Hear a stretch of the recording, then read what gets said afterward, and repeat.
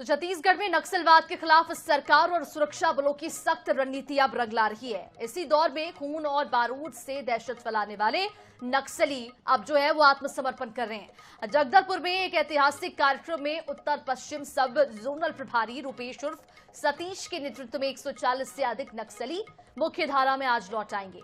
ये सभी नक्सली 100 से अधिक हथियारों के साथ आत्मसमर्पण करेंगे और इस मौके पर मुख्यमंत्री विष्णुदेव साय, डिप्टी सीएम विजय शर्मा मौजूद रहेंगे। केंद्रीय गृह मंत्री अमित शाह ने भी इसे ऐतिहासिक दिन बताते हुए कहा कि छत्तीसगढ़ के आबुजबाड़ और नॉर्थ बस्तर को नक्सली हिंसा से पूरी तरह से मुक्त घोषित कर दिया गया है। अब छिटपुट नक्सली केवल साउथ बस्तर में बसे हुए हैं, जिन्हें हमारी सुरक्षा बल जल्द ही समाप्त कर देंगे। तो ऐतिहासिक दिन और बड़ा ही दिन है, क्योंकि छत्तीसगढ़ में सबसे बड़ा नक्सल सरेंडर जो है वो सामने आया है। 140 से अधिक नक्सलियों ने सरेंडर किया है। आज वो हथियार डाल देंगे। मुख्यमंत्री विष्णुदेव साय और विजय शर्मा के सामने हथियार डालेंगे और इस पूरे मामले को लेकर केंद्रीय गृह मंत्री अमित शाह ने ट्वीट कर जानकारी भी दी। अमित शाह ने अपने एक्स हैंडल पर जानकारी दी है कि जनवरी 2024 में छत्तीसगढ़ में भाजपा सरकार बनने के बाद से अब तक 2100 नक्सलियों ने आत्मसमर्पण किया। 1785 को गिरफ्तार किया गया और 477 को मार दिया गया। इससे पहले कांकेर में करीब 50 नक्सलियों और सुकमा में 27, कोंडागांव में एक नक्सली ने आत्मसमर्पण किया। तो बेहद ही ऐतिहासिक दिन, बेहद ही बड़ा दिन, क्योंकि जो डेडलाइन तैयार की गई थी 26 मार्च 2026 वो आखिरकार अब साकार होने वाली है और नक्सलवाद का खात्मा जो है वो होने वाला। आपको बताते चले कि 7 दशक बाद 2 इलाके नक्सल मुक्त हो गए हैं। नॉर्थ बस्तर जो है वो नक्सल मुक्त हो चुका है। एक दिन में 140 से अधिक नक्सलियों का आत्मसमर्पण सामने आया है और इस बात की जानकारी अमित शाह ने भी दी है। आपको बताते ये भी चले कि छत्तीसगढ़ के बस्तर में नक्सलवाद के खिलाफ लड़ाई में एक ऐतिहासिक पल आया। शुक्रवार को 140 से अधिक नक्सलियों ने हथियार डाल दिया, आत्मसमर्पण किया।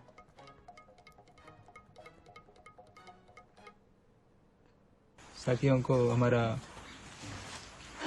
जो साथी लोग हैं जो सशस्त्र संघर्ष को जारी रखना है करके जो तय किए साथी लोग भी, अभी हम जिन विषयों को लेकर हमने ये निर्णय लिया, इसमें मेजॉरिटी साथियों को तो हमारा जो तरीका हमने लिया उस पर आपत्ति है, लेकिन वो तरीका किस स्थिति में हमने वो तरीका को अपनाया इसे समझना है करके मैं अपील कर रहा हूँ साथी लोगों को।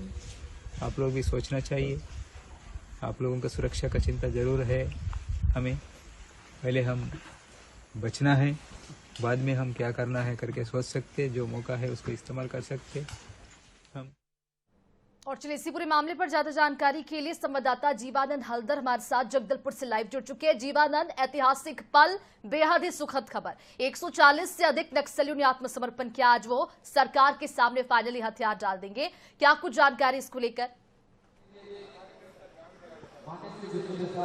जी देखिए, निश्चित रूप से आज का दिन है वो बेहद ही खास है, क्योंकि आज से बस्तर में जो नई किरण के साथ एक शांति के युग का निर्माण होने जा रहा है। आज जो बस्तर में जिस तरह से बीते 4 दशकों से जो नक्सलियों का आतंक और जो खून का होली खेला जा रहा था, जिसका आज अंत होने जा रहा है। और यही कारण है कि सरकार की जो संकल्प से सिद्धि तक जो पहुंचने की जो बात कही थी, कहीं ना कहीं संकल्प पूरा होने नजर आ रहा है। और आज उसी तारतम्य में करीबन 200 से अधिक जो नक्सली, सशस्त्र नक्सली है, वो अपने हथियार सरकार के सामने डाल देकर वो सरकार से कंधे मिलाकर उनकी इस विकास कार्य में भागीदारी करने जा रहे हैं। अब थोड़ी देर बाद ही इस जगदलपुर में जो पुलिस लाइन में जो आयोजित सभा में जो सीएम और डिप्टी सीएम के समक्ष करीबन सशस्त्र नक्सलियों ने, जिसमें रूपेश से लेकर बड़ी जो 2 DKZC और 15 DCM जैसे बड़े लीडर अपने ऑटोमेटिक हथियार के साथ आज आत्मसमर्पण करने जा रहे हैं। तो निश्चित रूप में ये बस्तर के लिए एक अहम दिन है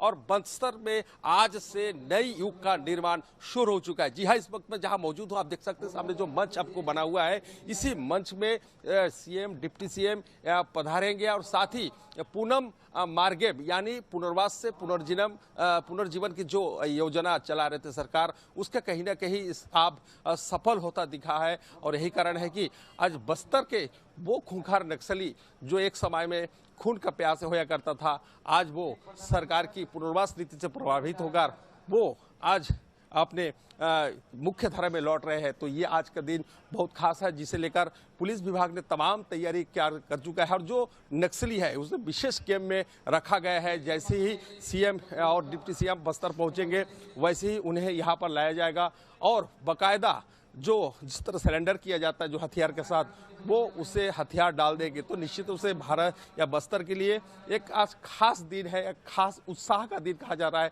क्योंकि जिस तरह से बस्तर में जो लाल आतंक के साए में अब तक के जी रहे थे वो आज समाप्त होने जा रहा है। तो निश्चित रूप से ये आज खास दिन है। अब उसी लेकर जो तमाम जो तैयारी है वो कर ली गई है। बड़े मंच बनाए गए हैं, नक्सलियों के आने जाने की जो व्यवस्था वो भी रखा गया है। बताया जा रहा है कि जो भारी सुरक्षा के बीच नक्सलियों को जो है एक कैंप पे रखा गया है। करीबन 11 बजे का समय दिया गया है, जिसमें CM Vishnudev Sai, deputy CM Vijay Sharma के साथ पुलिस के जो आला अधिकारी है वो पहुंचेंगे और 11 बजे जो सशस्त्र नक्सली है वो आत्मसमर्पण करेंगे, जिसे लेकर तमाम जो तैयारी है वो कर ली गई। मैं कैमरे में से कहूँगा बाहर में जिस तरह से सुरक्षा व्यवस्था है वो दिखा दीजिए, किस तरह से पुलिस जवान चप्पे चप्पे पर तैनात है और जिसकी आप थोड़ी इंतजार किया जा रहा है। जो शहर के जो लोग हैं, जो बुद्धिजीवी है, शहर के जो आम लोग हैं, वो भी आज की इस नज़ारा को देखने के लिए पहुंचेंगे, क्योंकि ये जो नज़ारा है ये कोई आम नज़ारा नहीं है।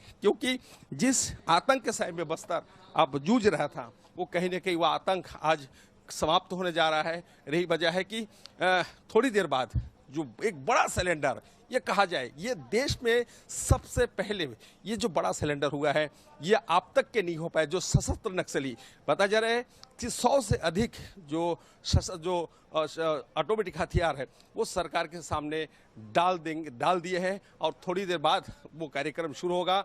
और यही वजह है कि जिसके लेकर पुलिस विभाग ने, सुरक्षा बलों ने तमाम जो तैयारी है वो कर ली है। देख सकते हैं सभी जवान को यहाँ पर फायरिंग किया गया है, अलग अलग ड्यूटी डिप्लॉय किया जा रहा है, क्योंकि आज का जो खास दिन है, बड़े बड़े वीआईपी लोग यहाँ पहुंचेंगे और ख़ास तौर पे बस्तर की जो आम जनता है उसमें एक अलग एक उत्साह का जो माहौल है वो देखा जा रहा है। क्योंकि ऐसी स्थिति अब तक के नहीं बना। भले ही सरकार जो अमित शाह जी थे जिसने 31 मार्च 2026 का जो डेडलाइन दिया गया था, उस डेडलाइन के भीतर इतनी बड़ी जो सिलेंडर होने जा रहे हैं, सबसे खास बात है क्योंकि सरकार ने जो संकल्प से सिद्धि तक की जो बात की है और जिस प्रकार विकास की जो बयार बस्तर में बन रहा है, बस्तर में किया जा रहा है, जिसके चलते जो नक्सली है वो भी समझ चुके हैं कि अब इस जंगल की जिंदगी उनका ठीक नहीं है। सरकार की जो नीति है वही अच्छी है और यही कारण है कि सरकार ने बार बार उन्हें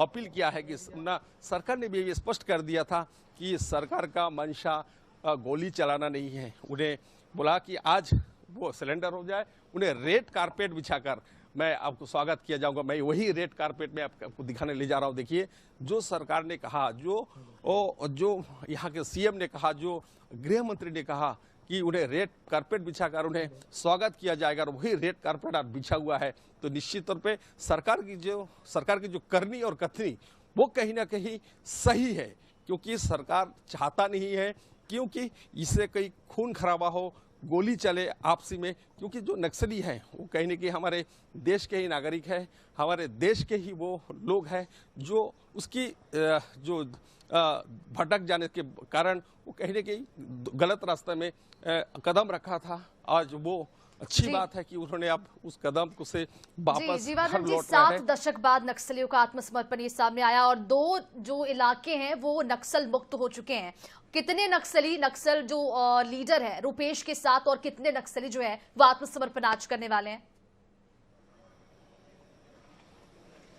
देखिए जो दंडकारण्य के जोनल कमेटी जो अध्यक्ष है, जो DKSZC जो कहा जाता है, दंडकारण्य जोनल कमेटी के जो प्रभारी है रुपेश वो है, और साथ में मीणा है, राजेश सलाम है। ये बड़े जो लीडर जिसमें 2 DKSZC शामिल है और 15 DCM जिसके कंधे पर पूरा बस्तर की जो नक्सली गतिविधि के संचालन का जिम्मा है वो, यानी कहा जाए कि उत्तर बस्तर यानी कांकेर और मार डिवीजन इस वक्त नक्सल मुक्त हो चुका है ये कहा जाए। और थोड़ा बहुत जो नक्सली बचा है शायद इसके बाद वो भी सिलेंडर कर देंगे, क्योंकि ये जो सिलेंडर इसमें हम ये नहीं कह सकते कि बस्तर नक्सल मुक्त हो चुका है, क्योंकि इसके बाद इसके पहले जो पीएलजे के जो एक बटालियन होता है, जो पीपल गुरिल्ला वार की जो बटालियन, वो अब तक सिलेंडर नहीं है कि जिसका जिम्मा जो है यहाँ की हिडमा के कंधे पर है। और हिडमा यदि सिलेंडर हो जाता है तो ये माना जा सकता है कि बस्तर नक्सल मुक्त हो चुका है। लेकिन वर्तमान में उत्तर बस्तर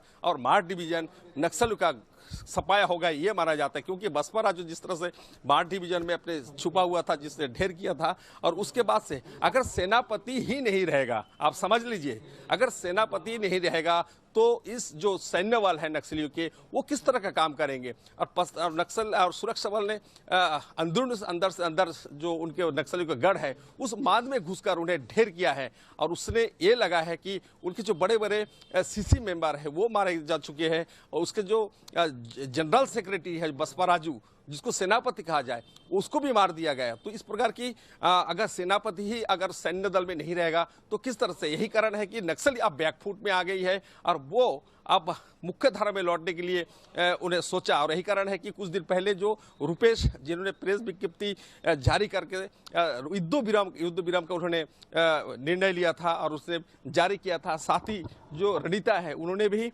इसने अपना सहमति दी थी। लेकिन जो तेलंगाना कमेटी के जो राज्य कमेटी के नक्सली है उसने ये रुपेश की निजी राय कहा गया था, लेकिन निजी राय कहे और जैसे भी कहे, लेकिन आज रुपेश ने अपने जो 158 साथियों के साथ उसने सिलेंडर किया है। वही राजेश सलाम ने अपने 50 जो साथी है उनके साथ सिलेंडर किया है। तो ये आज का दिन बहुत अहम है। आज जो बस्तर की जो नई किरण है, जो सूरज की नई किरण है, उन्हीं के साथ बस्तर में एक शांति की नई युग का आरंभ हो चुका है। जी बिल्कुल। तो बस्तर में शांति के एक नए युग का आरंभ हो चुका है। दिवाली से पहले बेहद ही सुखद खबर है, क्योंकि बड़ी संख्या में नक्सली आज आत्मसमर्पण करने जा रहे हैं। इतिहास में सबसे बड़ा सरेंडर छत्तीसगढ़ में आज होने जा रहा है। तमाम जानकारी के लिए हमारे साथ जुड़ने के लिए बहुत शुक्रिया आपका जीवानंद।